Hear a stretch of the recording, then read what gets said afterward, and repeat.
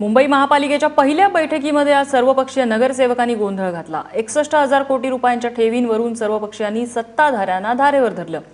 त्यानंतर या ठेवींविषयी संपूर्ण माहिती सादर करण्याचे आदेश प्रशासनाला देण्यात आले आहेत। त्यामुळे आता उद्या सभागृहात याविषयी संपूर्ण माहिती सादर केली जाणार आहे। एकीकडे 84 कोटींसाठी बेस्ट कर्मचाऱ्यांचे पगार अडलेले आहेत, त्यामुळे एवढ्या मोठ्या ठेवींचं महापालिका काय करणार असा प्रश्न सर्वपक्षीयांनी उपस्थित केला।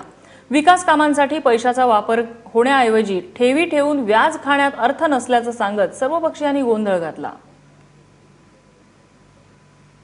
मी काल सांगितल्याप्रमाणे 4,500 कोटी हे पूर्ण वर्षाला व्याज कमवणारी ही काही व्यापारी पिढी महापालिका नाही।